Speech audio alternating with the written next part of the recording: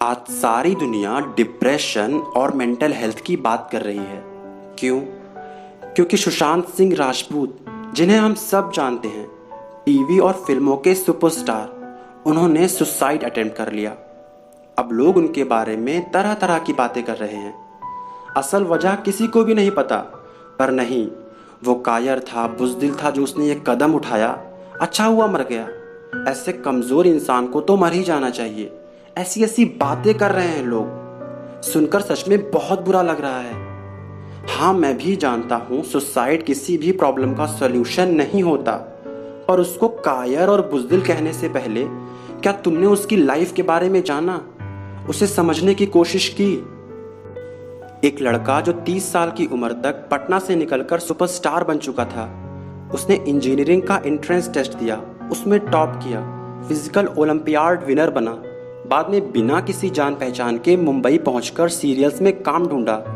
22-23 साल में पवित्र रिश्ता जैसे सीरियल में काम करके वो टीवी का सबसे बड़ा सुपरस्टार बन गया। मगर इतने पर भी वो रुका नहीं, उसे और बड़ा होना था और रिस्क लेना था। वो अपने कंफर्ट जोन में रहना नहीं चाहता था, इसलिए उसने फिल्मों में जाने के लिए ऑडिशन दिया। एक इंटरव्यू में उन्होंने कहा था, जब मैं पीके के लिए ऑडिशन देने गया तो वहाँ किसी को ये नहीं पता था कि मैं टीवी का इतना बड़ा स्टार हूँ, लेकिन मुझे फिल्में करनी थी, आगे बढ़ना था, इसलिए मैंने एक न्यू कमर की तरह ऑडिशन दिया।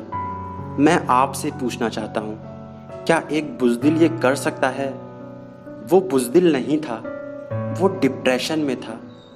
और जिन्हें डिप्रेशन का डी भी नहीं पता, वो उसे कायर बोलकर उसका मजाक बना रहे हैं। डिप्रेशन एक बीमारी है जो किसी भी इंसान को हो सकती है। किसी की बाहरी मुस्कान को देखकर हम ये अंदाज़ा नहीं लगा सकते कि वो अंदर ही अंदर किस तकलीफ से जूझ रहा है। ये ज़रूरी नहीं कि ज़िंदगी में जब बहुत परेशानियां आएँ, तकलीफ़ें आएँ, तभी इंसान को डिप्रेशन की बीमारी होती है। कई बार जिनकी ज़िंदगी में सब कुछ ठीक होता है, उनको तब भी डिप्रेशन की बीमारी आ जाती है। डिप्रेशन में आए हुए इंसान को किसी भी बात से खुशी नहीं मिलती।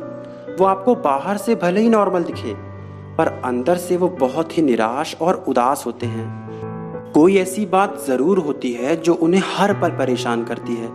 वो उसी के बारे में सोचते ही रहते हैं, सोचते ही रहते हैं। रात में उन्हें ठीक से नींद भी नहीं आती। कई बार तो वो सारी सारी रात यूं ही जागते रहते हैं।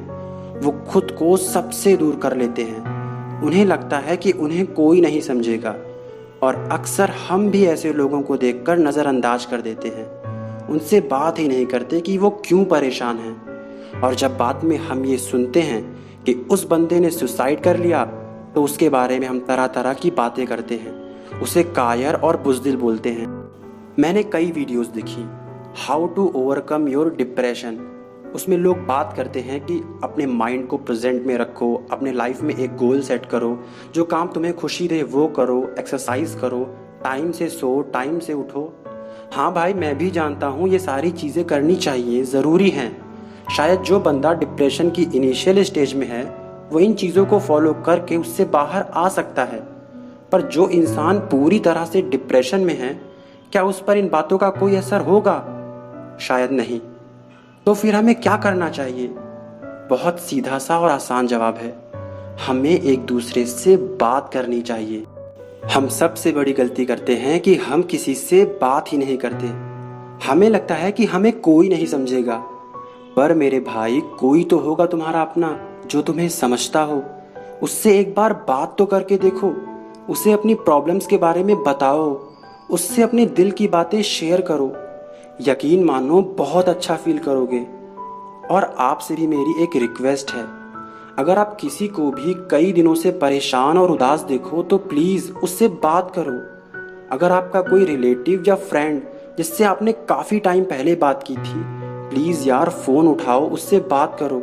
पता नहीं वो किस तकलीफ़ से गुजर रहा हो, और क्या पता तुम्हारे फ़ोन करके कैसे हो इतना पूछने से भी उसको बहुत खुशी हो।